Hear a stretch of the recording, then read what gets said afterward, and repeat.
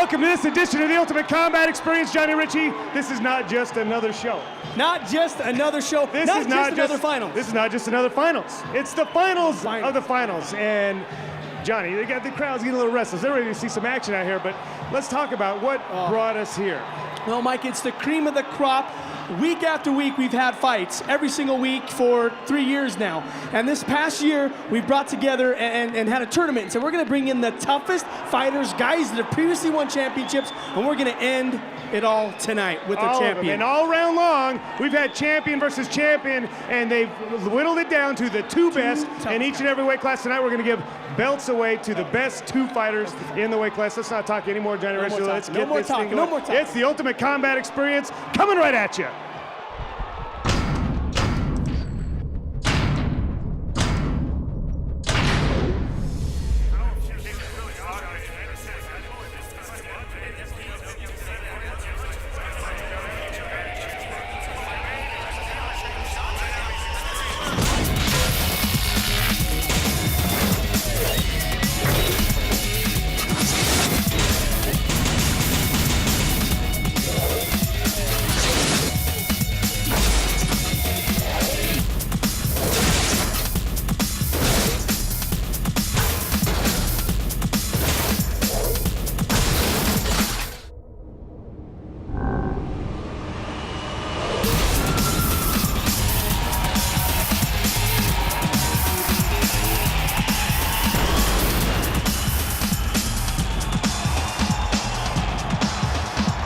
Couple guys coming out here, Johnny. It's really kind of a strange situation. They're just hanging out together, talking. They're friends. I mean, they respect one another. They respect one another's abilities. They're going to come out here and mix it up for the championship. Who are they? Wow, Matt Raines versus Steven the Razor Sharp stepping in here. You'll never see that in another show. These guys are friends. They talk, they hang out, but they're going to get in this thing and decide who ultimately is the champion. Walk away with the belt, Mike. They're not hanging out in the cage here. They're going to mix it up. Lightweight championship match. No holds barred. Check it out.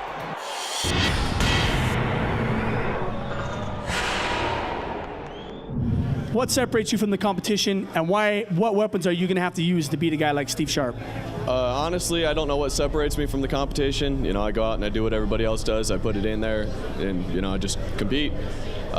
Tools I'm going to have to use to beat Steve is going to be my sense of humor. When he's not looking, I'm going to tickle him. Make him tap out that way. You're going to tickle him for the tap out? That's a first. I never heard that yet. Well, that's great. Tell us, what does it mean for you? Give us a preview of tomorrow night, and then what is it going to mean to you when you walk away with that belt? Preview, I don't know, just come out. We're going to get in there. We're going to probably do it like a couple of fat chicks fighting over the last piece of birthday cake. But, you know, it means a lot for me to be in this thing. You know, it's definitely something that I hold in high regard. Steve's the man, you know, and this is definitely going to be the best fight of my life. So, best fight of your life. Okay, Steven Sharp. Steve, been away for a little while. We haven't seen you. You took a little bit of a break. You came back in a slimmer, trimmer. Steve Sharp, tell us, give us a preview about tomorrow, man. What's going to happen once you step inside that cage? Well, I'm not going to let him get to my tickle spots, so I'm not going to tap from getting tickled. Looks like he's got kind of a black eye already, so someone's told him once. I guess I'm going to have to tell him twice. No! Okay, Steve Sharp, tell us, man, what is it going to mean for you? I don't know how many championships you've won, but this is the official UCE state championship. If you walk away with this, what's it going to mean to you? It means a lot. I actually have been fighting in a wrong weight class, you know. I've been flabby. I eat ice cream before I go train, and now I've taken it serious, and I'd like to take it up a level. And I've started by doing it this way. Get down to 155, fight for the title, get the title, and see who can compete at 155. All right, right there. Give these guys both a round of applause. Shake hands. Best of luck to both you guys.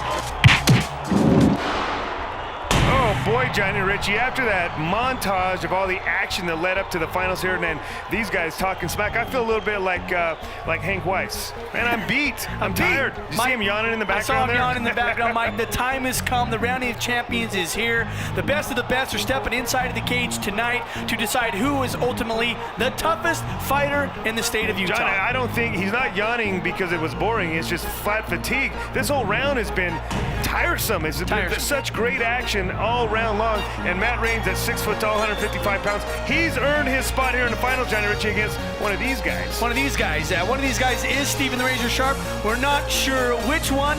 He's a man of mystery, Mike, a man of mystique. Johnny, Who knows? there is not a better showman in the business than the Razor. And look at this guy. Which one is he? Which one is he? I don't know which one he is, and I don't think Matt knows. But you know what? I don't think Matt cares. He'll punch all of them if he has to. Oh, man, there he is right there, the Razor unveiling himself. And Johnny, as I said, not a better showman in the business. This kid is getting so much better at fighting, too. He's not just a showman anymore. He's a real fighter. Well, Mike, he dropped down to this weight class. He said this is where he does belong. 5'9", 159 pounds, Mike, and all inch of him and all weight. He's a tough kid. All right, well, we're going to get to both these tough kids in the lightweight division when we come back.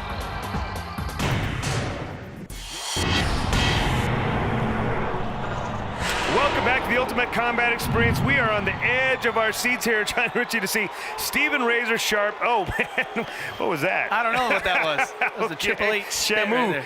Shamu's in the house. These guys, look at all the love and respect they have for one another. But, Johnny, this is the Tournament of Champions. This is the round of champions. These guys are getting here to say who is the supreme lightweight of the whole year right here in the Ultimate Combat Experience. Yeah, Mike, and you see the smiles on their face. They know they're about to get in here and mix it up. These guys know a lot about each other. They care about each other. They've been in the sport and been with us for a long time. Steve Sharp coming out with a flying right punch. A Superman punch there. Steve Sharp trying to unveil a few new techniques. The kid is just getting better and better, showing so many different aspects of his game. But now he's looking at trying to hook up a choke of some sort. But, hey, if there's one thing that the mullet is familiar with, he's familiar with how to fight out of the guard. He's been training with his brother, you know? Yeah, he has, Mike. You know, he is really a practitioner of Bayless Jiu-Jitsu. His brother's been showing him the ropes and trying to get him to be as good as he is. He's in a position with Steve that he's not uncomfortable there. He knows what he's got to have to do. Steve Sharp climbing up the body, though, and if you leave something behind, he's going to make you pay for it. And you see there the uppercuts, the punches. He's trying to lay those in there to try to get Mullet to make that crucial mistake. And if he does, then Steve's ready to pounce on it. He's ready to pounce on it, Mike. He does. I don't know. I'm not sure if he has a leg up over the arm like a triangle. No, he doesn't have it. He's got both arms secure. But he's calm in the body looking for something. But I don't think Mullet's going to give it to him. I think he's going to make him work for this. Mullet's not giving him anything, but he's got to get busy. He can't stand there and just fight defensively against Steve Sharp. You got to take the fight to him, and don't leave some behind there. Oh. Did a good job of getting out of that. He did a good job, Mike. He did a little. Steve Sharp did a little up kick right there. Oh, Johnny, look at that right heel there. hook. The 1090 heel hook. This is what the Mullet is famous for. He tried to hook the leg there, and boy, just missed it. Just an inch away, Mike, and that's how he's tapped so many fighters out in the past. Yeah, and he's still looking for it, Johnny. He's not messing around. He's not messing around. Well, he knows. I think this is how he knows he's going to have to beat Steve. But conversely, Steve knows this is what his move is. Yeah, he does. He does. These guys, like I said, they've been around each other a long time. They've seen each other fight plenty, and Steve knows. Steve's done his homework here, and boy, this is the third time that Mullet has come close to getting that. And Jordan is trying to slap Steve Sharp's hand off the cage. Well, about the only way to relieve pressure is to do that. You know, hold on to that cage, and you cannot do that. He's got this on. He's got it on. He could crank this thing and tap it. No, Steve said, no, you know. It's not on, but this thing is close to being on, as close as I've seen it. Steve Sharp keeps kind of grabbing on the cage just a little bit there, but he's able now to kind of get back down. And boy, is he out of trouble yet, Johnny? I don't know. Not yet, I don't think, Mike. I don't think just yet. I think, now he's okay. Now he's this is what Steve does well. He throws big punches. Look at Mullet's looking for something to tap on there, and that's the way you finish your fight here. A little bit of a scary moment there for Steve Sharp, and now, you hear the boo birds out. Man, oh man, that was a tap. He tapped. Man, he took some shots. He was so close to victory, but once Steve Sharp was comfortable enough to start landing those punches, Mullet said, I'm not going to take it. Mullet, I wish he would have held on for another round, man. You never know. Man, oh man. Well, Mike, that's what happens inside the cage. It goes one way or other. Steve Sharp was picked to win this thing, and he didn't disappoint. Well, though, I mean, it was good to see the respect these guys have for one another after the fight once again, both giving hugs and props to one another. But, boy, man, Mullet almost overcame what nobody thought he could overcome, and that's Steve Sharp. Almost beat him, but Steve Sharp gets the win. Steve Sharp gets the win. You're looking at the toughest 155-pounder in the state of Utah. Congratulations once again, Steven Razor Sharp. I think appropriately so. Steve deserves to be holding that title right now. This post-fight interview sponsored by Beehive Bell Bonds, because sometimes bad things happen to good people. Matt, you are the blue-collar worker of the UCE, baby. You get in here, you represent yourself very well against a guy like Steve Sharp. Seriously, I thought you had that ankle lock on. I saw you cranking it, and I saw Steve look down, and he told you, like, just like friends, no, you don't got it yet. It's not on just yet. How'd you feel about the fight? I love the fight, man. It was great. You know, Steve's a tough guy. I knew coming in this was going to be hard. Yeah, I didn't expect it to end before the first round did. But, by the way, I hate that smile that you get. It's that smile, right? I've seen it. It's that smile when he knows. But hey, you get in here, Matt Mamole, and you know, you party hard, you play hard, you fight hard too. Believe it or not, people are proud of you for that. And I can't wait to see the Mole step in there, man. How's the loss going to affect you? You going to continue to fight? Oh yeah, I'm going to keep doing it, you know. I will beat you someday, whether it's at the gym or in the ring, it's going to happen. Whether it's in the gym or in the ring, it's going to happen. Hey, Mole, we're proud of you. Tonight you were good, but just not good enough. Please continue to fight and come back and do this again, baby. Will do. Thanks, Johnny. This post-fight interview brought to you by Global Marketing Alliance. They need motivated sales associates looking to make a six-figure income. Call 486-4221. All right, we're putting some hardware on over here, Steve Sharp. Nobody is more of a performer than this kid right here. Hey, don't boo this guy. He's been literally an icon in this show. And first of all, Steve, congratulations. Thank you, and thank you, Matt, for taking the fight. I know earlier we could have had this opportunity to fight at Sandy Station, and he wanted to get another fight in, so thank you, Matt, for taking the fight. Hey, so how does it feel, Steve? I mean, you've won a lot of fights. You've had some dramatic moments in this cage. You've been there. You've seen it all, really. How does it feel to be like the legitimate, undisputed champion of Utah? It feels awesome. I came down from 170. I've lost 20 pounds in the last 4 weeks, so I came from 175 all the way down to 155, and I feel like I haven't lost any strength, thanks to a lot of the Zion's products that I'm taking, and from Matt Huntington at Elite Nutrition. Right on. Well, so you're 150, or you're a lightweight now. Are you going to stay there, and we're going to see a new unbeatable Steve Sharp at this weight class? Most definitely. We had to have a Sharp on the top. Bittersweet night for the Sharp family. Congratulations, though. Great job. Johnny Ritchie, really wouldn't have been a championship round without Steve Sharp in here. And, you know, he came in here and did what he had to do. He did. You know, Matt Raines is a tough competitor, a great guy all around, just a fun kid to be around. He gets the loss tonight, but, you know, Steve Sharp, kid's an animal. Well, you know, Steve is now undefeated at lightweight. Can anybody come in here and beat him is the big question. Well, see, call us if you think you can do it. Matt May, man. Matt May. Wow. Well, I got to get this thing going. Hey, great fight. We got more of the Ultimate Combat. Don't go anywhere.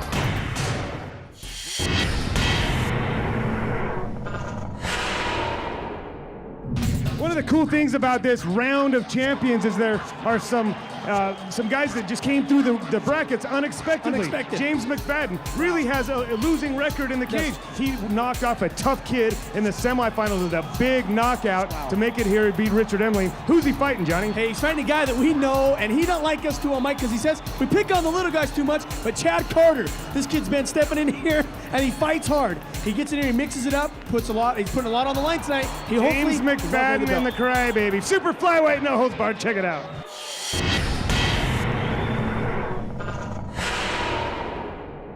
Hi, my name's James J. Mac McFadden.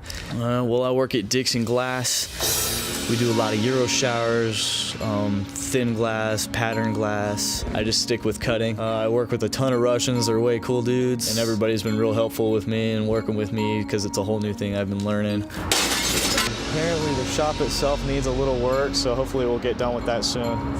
I went in that night, I felt good, I was healthy.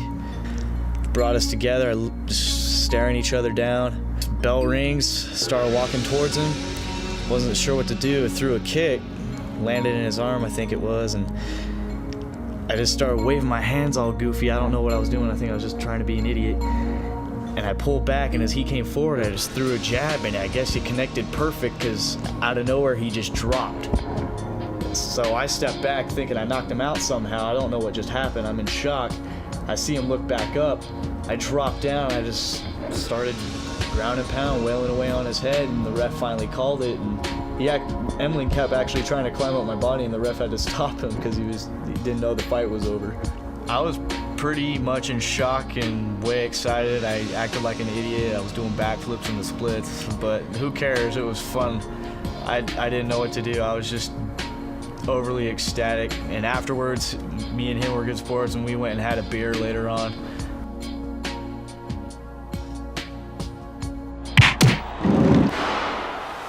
That's good stuff, Johnny Ritchie. It's great to see where these guys come from.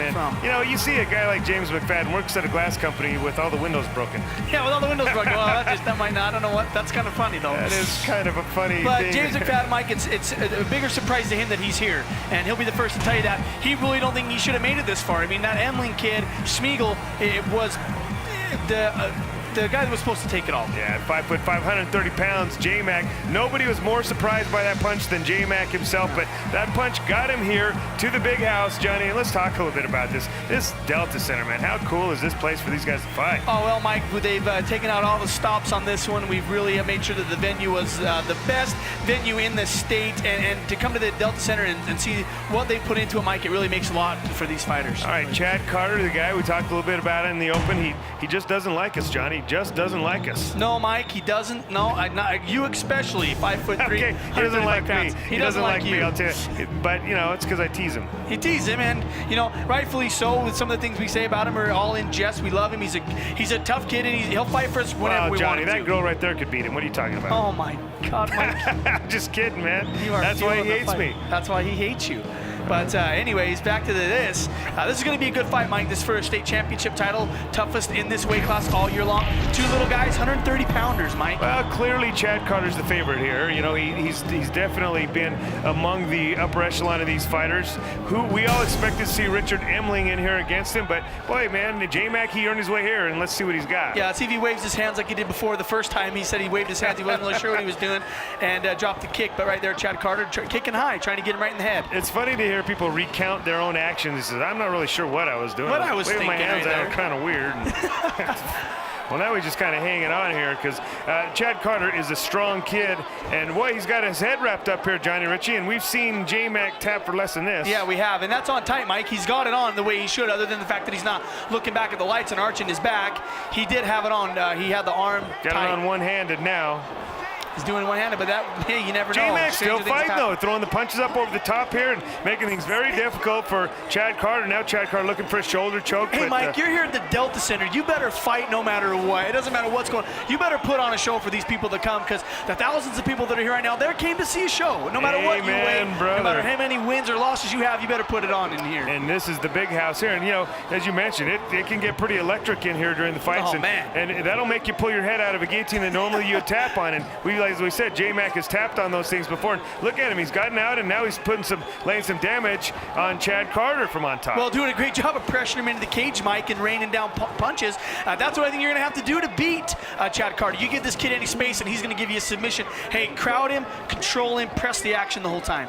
Oh, and stepping over, Johnny. It looks like he's at half mount and working on a full mount position. And where did that come from? Who knows where that came from? But he knew that he was fighting the Delta Center, Mike, after a few weeks ago, and maybe he made a decision to himself to be a better fighter, which means even going to the gym one time. You know, left himself a little bit off balance, and Chad Carter got the reversal. Now he finds himself on top and working to get himself in a full mount position. Looks like he just might get it, Johnny. Well, Mike, this is definitely where you don't want to be underneath Chad Carter. He's a busy fighter. If he gets full mount position, he's going to continue to bring the pain to J-Mac. Well, so far he's only been busy crying about me. I haven't seen him throw too many punches in this fight, but he's doing a lot of squeezing. He's doing a lot of squeezing, but he's doing a good job, Mike, of isolating that arm and maybe putting on a key lock, it looked like. But once again, guys going for submissions before they have position, and you might get this on some guys, you might not, but you don't really have the leverage you need. You can't put on submissions out of somebody's guard.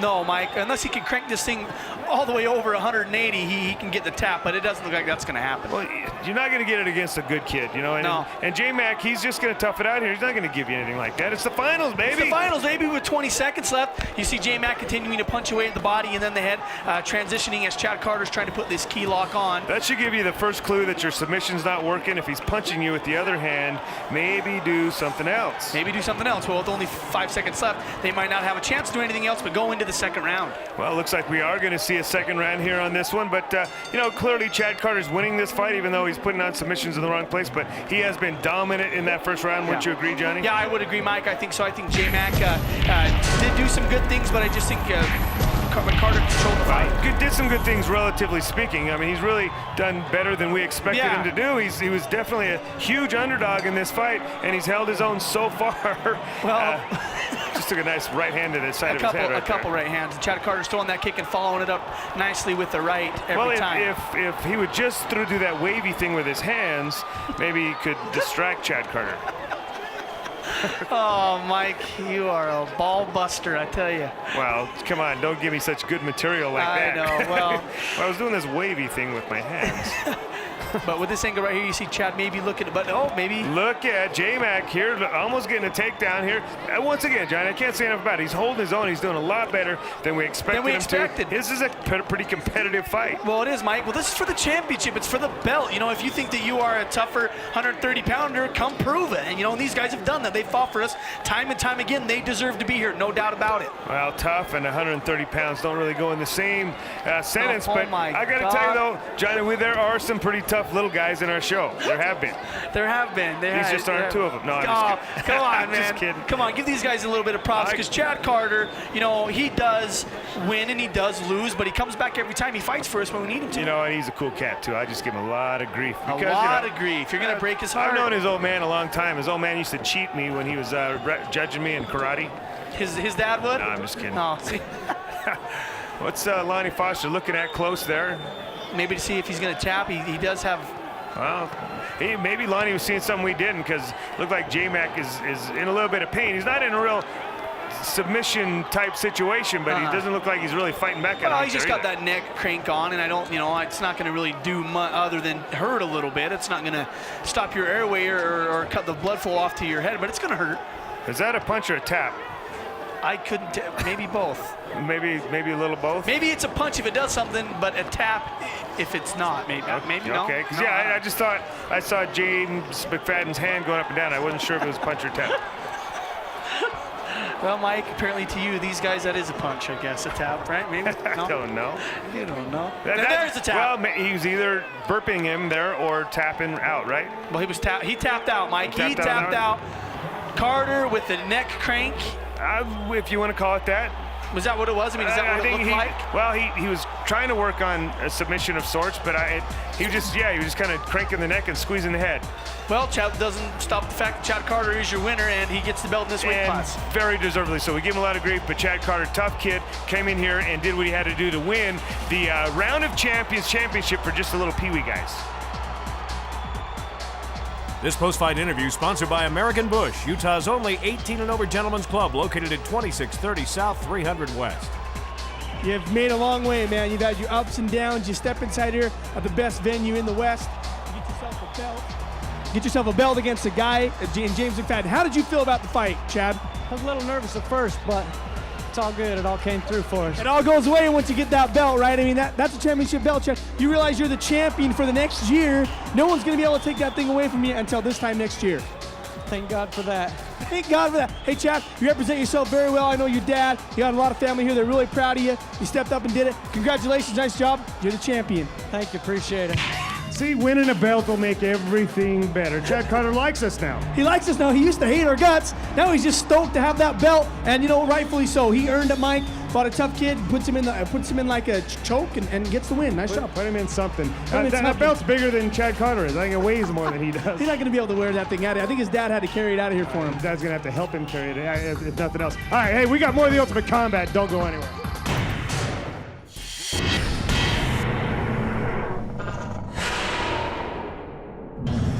Bust a fatty, Johnny. I need say no more than bust a fatty. Well, I mix up the chemicals. I make janitorial supplies. I make like glass cleaner, porcelain cleaner, floor finishes. This is where we mix the chemicals. And yeah, here's all my dyes. This here is 500 gallons of glass cleaner, undyed. I only use about 8 ounces for 500 gallons of glass cleaner.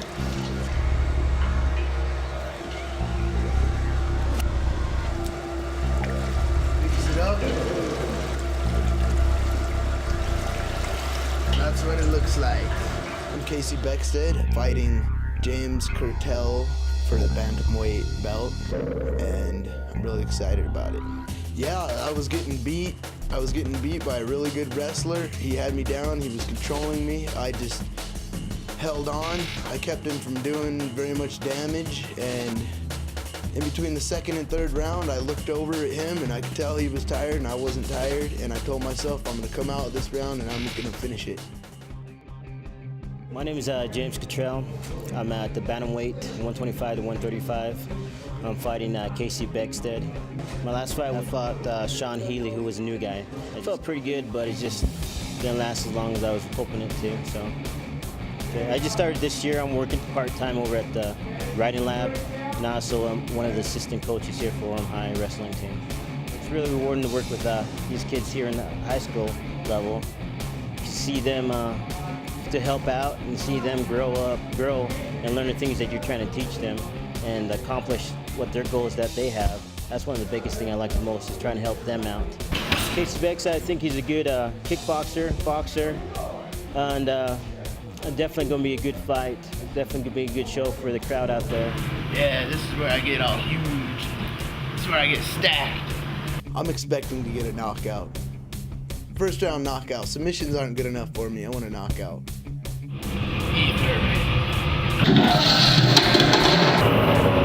Whoops.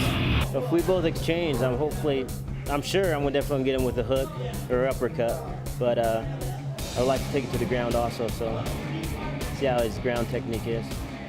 Well, I've always been mean, but now I got a little skill to go with it.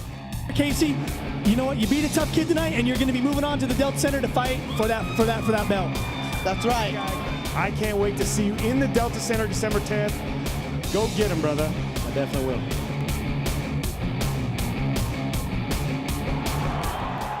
You want to see an exciting fight? This next one's going to be exciting. Puckett Hercules and Casey Bustafatti Beckstead. Wow, Mike.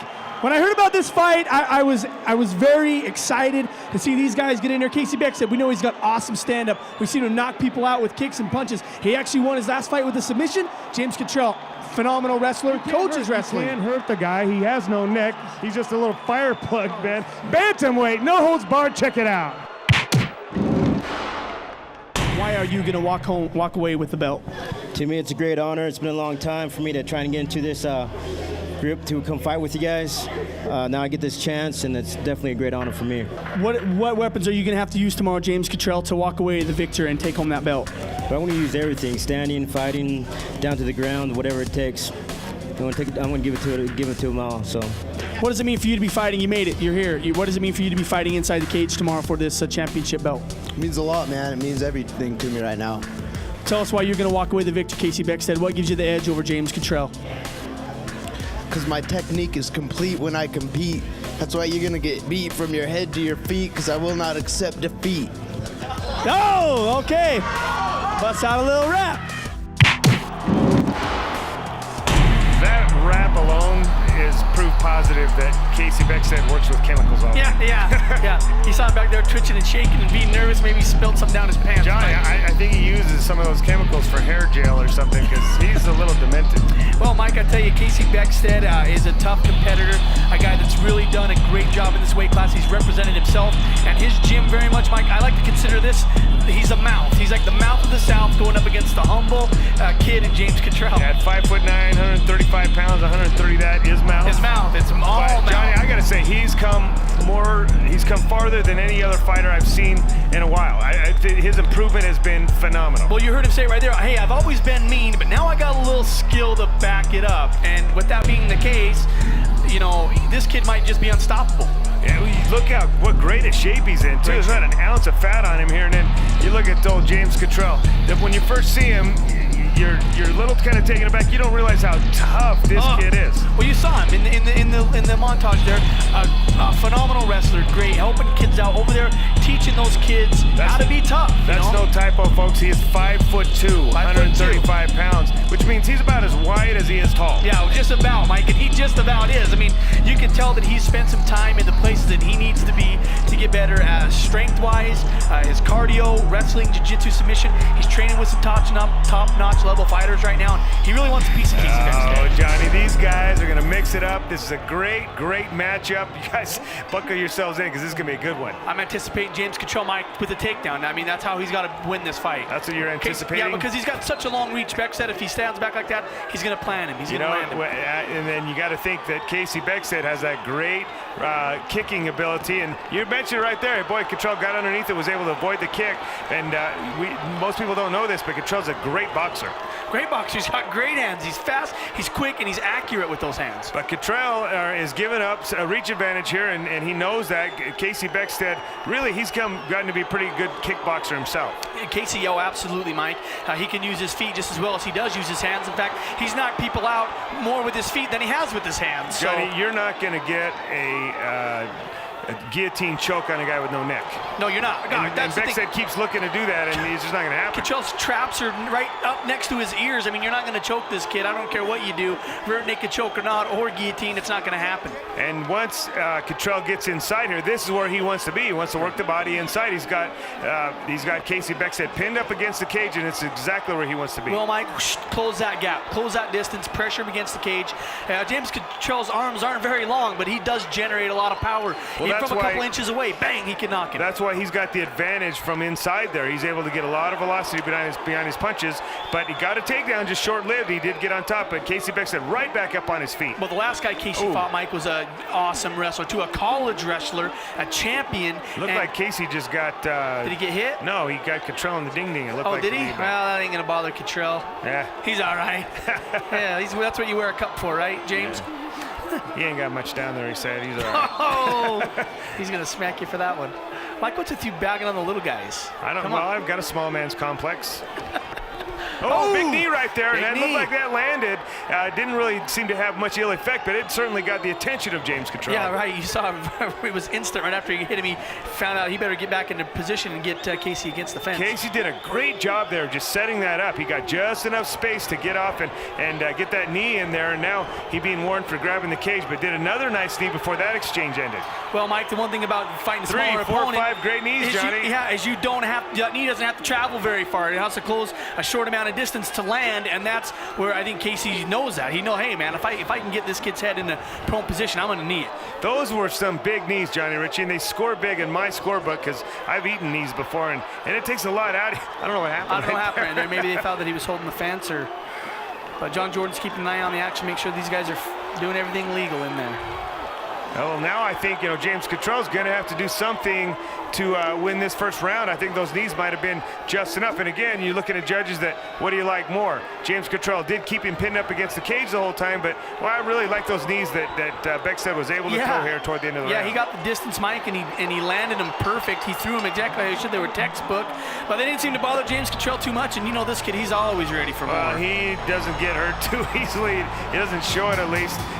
Great first round. Let's take a look here in your Crush Combat Cam, where James Cotrell was able to close the gap early, and that was really the key for the first maybe 3/4 of the round, where James Cotrell got in, was very busy punching, but boy, the knees, we didn't get a chance to see those, but the knees, I think, were at least an equalizer, if not giving Beckstead that first round. Well, they were, the last minute of the first round, I think Casey Beckstead had it, but you saw there, maybe I'm changing my mind a little bit, because James Cotrell did press the action, boom, and a big right hand right there. Big right hand there, and it's, again, what judges are going to remember. Do you remember the first half of the round and the second half of the round, really, it was kind of split both ways. That was a big takedown there, because unlike the takedown in the first round where Casey Beckstead got right back up, now he's got Casey Beckstead in a defensive posture, fighting out of his guard. Well, no more monkey business for James Cotrell. No. He eats a couple more of those knees, and now this fight just might be over. I think he knows that. I think his corner men noticed that and said, hey, just take this kid to the ground if you can.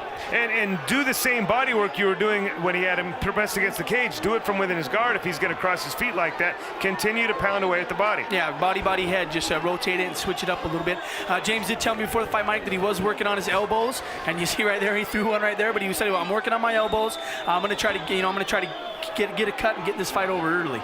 Beckstead very aware of that, turning his head away from the cage so he's not pressed up against the cage and giving his opponent the opportunity to drop those elbows. Did a great job there of being aware of where he's at. Well, Mike, I've had people ask me, well, what's the detriment of being pressed against the cage? I mean, can't you use it to work up? Yeah, you can, but when you got another guy's body pressuring against you, you put your head in an awkward position, and it makes it a lot easier to punch. It's easier to punch and easier to elbow, especially for a guy with the shorter reach that you see here that Pocket Hercules has, because Beckstead, if you're pressed against the cage, you can't move your head away, and it gives a much shorter guy an opportunity to hit you. So that's why you don't want to go against the cage. Nice work there, though. Casey Beckstead from underneath, throwing the point of the elbow on the top of the head, trying to get a cut or something to maybe change things up a little bit here.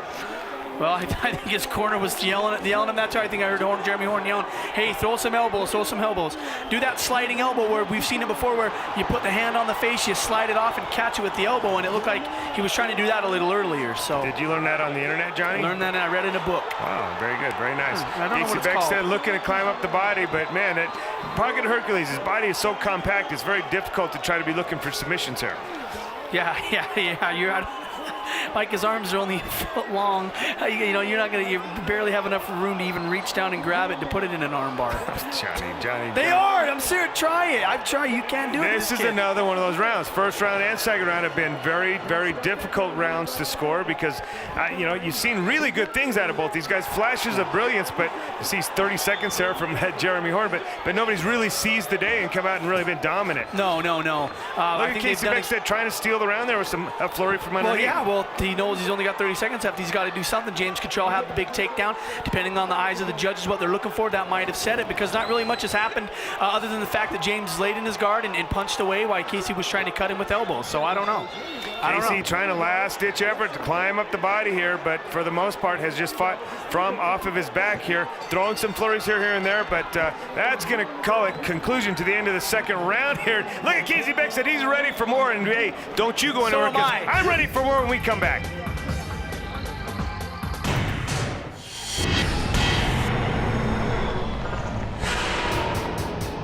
Welcome back to the Ultimate Combat Experience Round of Champions. And if you're just joining us, Johnny Ritchie, we have seen some championship caliber action here, as you saw in your Crush Combat Cam. James Cotrell and Busta Fatty are mixing it up here. Mike, they're going for the bantamweight belt, the state championship, the toughest in this weight class. And these guys have really proven that they both deserve to be here. One unnerving thing for me is that we've just seen 2 rounds of action, and neither round was really cut and dry, winner versus loser. So I hope we don't come down to one of those decisions that are controversial, because somebody really needs to step it up here in the third round and show us who deserves to walk away with that belt. Hey, don't let those damn judges decide. Do it for yourself inside of it, and these guys are doing everything they have to do to get that done.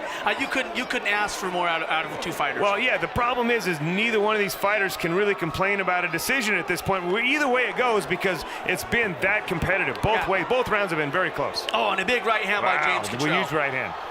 What was Beckstead complaining about a minute ago? Did you know? I wasn't sure if he was just complaining that James took him down and didn't do anything. It was just kind of camping out, or what? Or it was a knee. I don't know what it was. Who knows? But right here, Cotrell gets the big takedown. He's in side mount position here, and this is really pivotal here to stay out of his guard. Looks like Beckstead was able to pull him into his guard. Well, he's not all the way in there yet, but he's working on it. He's got that like a half butterfly, but he's working for the full. And he's looking for a submission on top of it. He's not just content to try to pull him in his guard and camp out here. Casey Beckstead wants to win this fight, Johnny. Oh, he does. You saw the determination in his eyes. You saw him look at the cameras before the break and give us a little, give us a little shout out a little. He wants this. He wants to win. He wants it. The one thing is, neither one of these guys are going to gas out on you. They're here in the third round. They're both going to give it all right here. And boy, it looks like Casey Beckstead attempting another submission. I'm not really sure where he was going with that, but I thought he was trying to kick it over for an arm lock. Didn't quite get there. Cotrell now inside mount. Let's see what he does here, Johnny. He's going to drop some knees, you know that. Looking for full mount, you know that's what he wants. But from here, there's a lot of things he can do from here. But rest isn't one of them, and it shouldn't be. It shouldn't be. He's got a post over there on the other side to keep his opponent from getting and pulling back into his guard, and that's just what happened there, Johnny. This is a tough round to score once again because Hercules has gotten 2 takedowns, and boy, there have been 3 or 4 near submissions or attempted submissions by Casey Beckstead. Well, you saw right there. there. Casey Beckstead almost had that arm, and Cotrell slipped out of it, luckily. Hey, you get on into these later rounds, these guys are sweating, it's slick. It's hard to control an arm, to put it in a position where you want it, and I think that's what happened right there. I'm just glad to see Casey Beckstead is not hiding out here underneath. He's working. He's not just, keeping his legs together. He's trying to climb up, do submission. He's working underneath very diligently, but on the same token, Pocket Hercules has stayed busy, punching here, punching there. Yeah. He's been a busy fighter, but he's not really going to win the fight, it doesn't look like. He's not trying to attempt to win the fight. Yeah, but and Beckstead is. He's looking for submissions, and he's doing the right things, Mike, but a lot of judges, we've seen in the past, don't let guys fight from their back, and unfortunately, that might be the case here. I mean, Casey Beckstead's been on his back all 3 rounds, Well, Mike. the submission attempts were there. They weren't really committed submission attempts, but he wasn't just hiding out back there. This is a tough one to score, Johnny, and I'm glad I'm not a judge, and boy, both these guys laid it out for you, and look at them both. They put it all on the line for you. Mike, they both deserve to be here. Unfortunately, only one of these guys can step out of the cage with the hardware, with the championship belt, and just the pride of knowing that they are the toughest in Utah. Wow. Yeah, absolutely. And could that be the difference right there, Johnny Ritchie? The big takedown, could it be the difference? Oh, he's talking about the uppercut there. That was a legal uppercut. He was on his feet, and Casey Beckstead didn't like it, but 2 big takedowns by Pocket Hercules. Could it be enough to win it? Let's listen in. 29-28. Judge number 2 scores it 30-27. Judge number 3 scores it 30-27. For your winner, by unanimous decision, fighting out of the red corner. Hercules wins this one, but it looked like that Beckstead actually considered himself the loser. He was complaining about the scores. This post-fight interview is sponsored by The Keyhole with their new location at 3460 South Redwood Road. Busta Fatty, this is the second finals show in a row that you come out here and lost a tough decision. How you feel right now? I feel like a bitch. There's kids out there, so you feel like a female dog. Anyway, hey, listen, it was a tough fight. He's a tough kid. He's a tough. He poses tough problems for somebody because he's so compact. And I saw you working your game. You just couldn't get it, man. Are you going to come back and fight again? Yeah, I'll be back. Well, listen, don't hang your head about it because you've been in the finals twice in a row here, and I think that says a lot. You've been so close. It's gotta. You can taste it now. Come back and get it, man. I'll be back. Thanks a lot, man. All right, brother. You were good tonight, just not good enough. Come back, bro. Congrats, James. Good fight, man. This post-fight interview brought to you by Got Your Back Realty. Give Gary McDonald a call at 809-GARY or check him out online at www.igotyourbackrealty.com. James Cotrell, you're a champion. James Cotrell, you're in the finals. You fought last time. You got beat, and you told me personally, I'm not going to lose again. I'm going to fight till I have a championship, and you've got it, the ultimate championship, the year-end finals. You walk home with the belt. How does it feel? Feels great. First, I'd like to give a shout out to Gold's Gym. Thank you. And then also to Casey. Great fight. It was a great fight where me and Mike are talking. How do you choke a guy with a triangle? It's got absolutely no neck. You're so compact. It's insane. I think you're going to have a long run in this thing, man. Are you going to continue to fight and defend that championship belt? Definitely. Pocket, you're our winner tonight. Congratulations. You are the champ. Thank you very much.